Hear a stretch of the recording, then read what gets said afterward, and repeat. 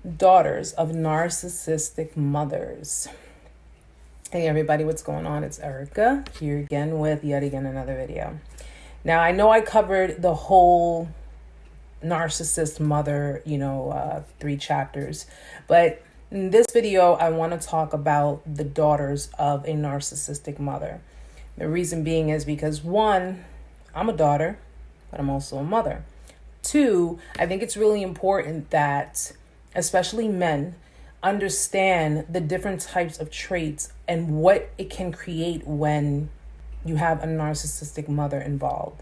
It hits a soft spot for me because I do have a son, and of course I want to see my son be able to have a healthy emotional relationship with a woman that can also reciprocate that to him. So in this video we're going to go over some things. Now, all in all, a narcissistic parent's going to create 2 types of children, okay? 1, it could be a child that will suffer from narcissistic traits, NPD, narcissistic personality disorder, and overall they can just turn a child into a straight up narcissist. Now, another type that the parent can create is a codependent child, whereas we learn that narcissists do not emotionally connect with their children. They leave that barrier there. So when the child is unable to connect with their parent on that level, let's say, for example, the child sees another dynamic, another mom and daughter dynamic, and it just happens to be extremely filled with emotions and empathy and sympathy and things to that effect. When they witness that, they will discover that that relationship they have with their mother, she's going to pretty much see that it's not the same with her own mother. All right. And she's going to look at it as, what am I not doing right that I'm not receiving that same type of emotion, that same type of love, that same type of affection that they're giving to one another? Well, unfortunately, mommy's a narcissist. But it's not the child's fault. We all know that. Okay. The mother lives through her daughter. So when a narcissist female has a child, the child becomes the extension of that person, all right? They're basically molding them. They're modeling them to be just like them, just like the mom. She'll live through the child. She will criticize the child if the child is not doing or being the way the mother would be. Through direction and criticism, what the mother is doing is she's molding the daughter. She's molding the daughter to be in the image of herself or the idealized image of herself. Whatever she believes she is, she's basically projecting that onto the child, and what they're doing is they're passing on to the child all of the traits within themselves: self-centeredness, coldness, stubbornness, selfishness. They're basically programming the daughter to be just like them or the idealized version of them. It's a little bit different for girls than it is for boys, only because the girls spend more time with their mothers and they look towards their mother as, she's my role model. But the reality of it is, all she's doing is she's programming you and training you to be just like her. She doesn't see her daughter as being her own individual, unique person, because as we learn, narcissist mothers do not really believe in autonomy when it comes to their children. Okay, so as she's molding and creating her, in the interim of it, the daughter is an extension of her ego, of the mother's ego. But at the same time, because the narcissist mother has to be the center of attention as well, or she has to be the one that has, all surrounding her, everything that revolves around her, the daughter actually can become a threat to her if she deems fit, if the mother deems fit. And it could create a very, very big dynamic of competition. Now, the common form of narcissistic abuse from a mother to her daughter is shaming her or, controlling her. This is to undermine her identity. It eventually turns into insecurity. The daughter then doesn't even trust her own feelings because in her mind, whenever her mother's displeased, it's her fault. This is the manipulation. But the daughter doesn't understand that mom's never going to be satisfied. Narcissists are never satisfied.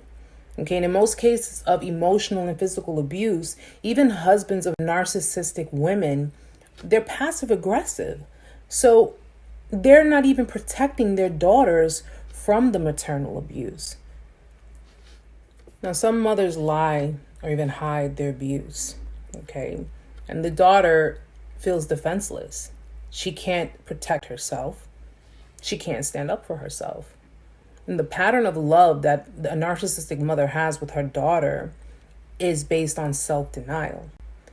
So as the daughter gets older, that because she didn't receive the kind of love that she was supposed to receive from her mother, that emotional bonding in her adult life turns into codependency, where she's basically relying on someone else to fulfill her emotionally because her mother didn't do that. Her real self is rejected, first by her mother, then by herself. Then what she does with that shame is that she internalizes it. And she lives her life believing that she's unlovable, because she was trained to believe that love must be earned and not given freely. Unfortunately, that means a repeated cycle of abandonment throughout her adult relationships. There's also emotional unavailability in the narc mother-daughter dynamic. There's no emotional comfort or tenderness present. The narcissistic mother will tend to the daughter's needs on a physical basis, but she deprives her of emotional connection. And she leaves her daughter with that empty feeling. Now, the daughter doesn't really know, because she thinks this is, how it's supposed to be. This is normal. But she gets that sense of something is missing, especially when she's created a connection with external people like friends or other family members, or has even seen the dynamics of other people with their emotional connections. So when she sees that, she gets that sense, that feeling of, I want something like that. I would love to have something like that. And she feels that void because the mother is closed off. And the daughter will, look to fulfill that in other relationships. But at the end of the day, she'll just hit a repeated cycle of being emotionally unavailable. Now, when it comes to the form of control, the narcissist mother is the my way or the highway mother, okay?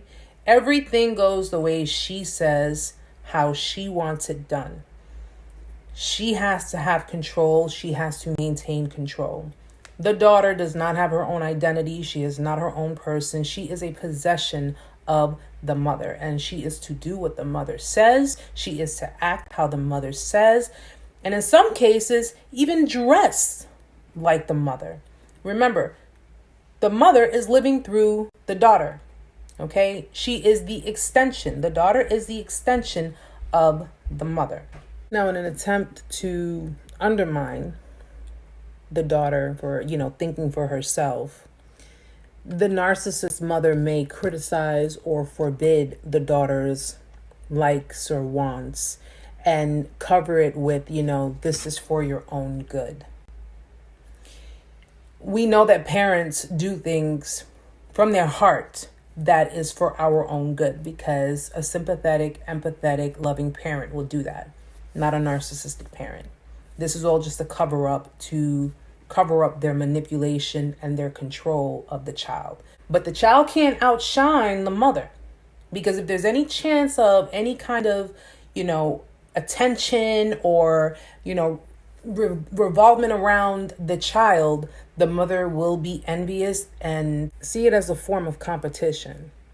So the mother is training the daughter to be just like her, if it goes overboard in the sense of, I look at it this way.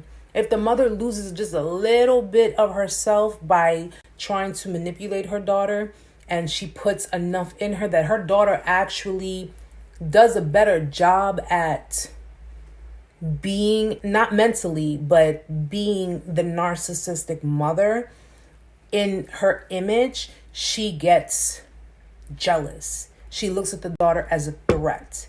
But all in all, the end result of all of this mass confusion and all this manipulation the daughter will end up in extremely controlling relationships or in power struggles. Now, competition for a narcissist mother comes easy. Hell, a narcissist female comes easy. All right. If they feel that their chance of being in the spotlight is threatened, they will respond to it. Especially if it's their daughter. If they feel their daughter is gonna, has that chance of outshining them or, just one-upping them or whatever, even if it's not intentional, it'll push the narc mother. It'll push her to criticize her. It'll push her to even compete with her. Okay. If the daughter has a boyfriend, the mother would either limit or downgrade the boyfriends, claiming that they're, not good enough. All the while, these sick and twisted mothers who do this, where they compete with their daughter and flirt with their boyfriends, that's horrible, And in order to maintain control, they'll invade their daughter's privacy. They'll undercut their relationships with other people, friends, family. And all the while, they're publicly displaying the perfect mother-daughter dynamics, the perfect relationship, the perfect bond, the perfect, emotional attachment. This is my daughter. This is my life. She's my creation. She's my world. She's my heart. She's this, she's that.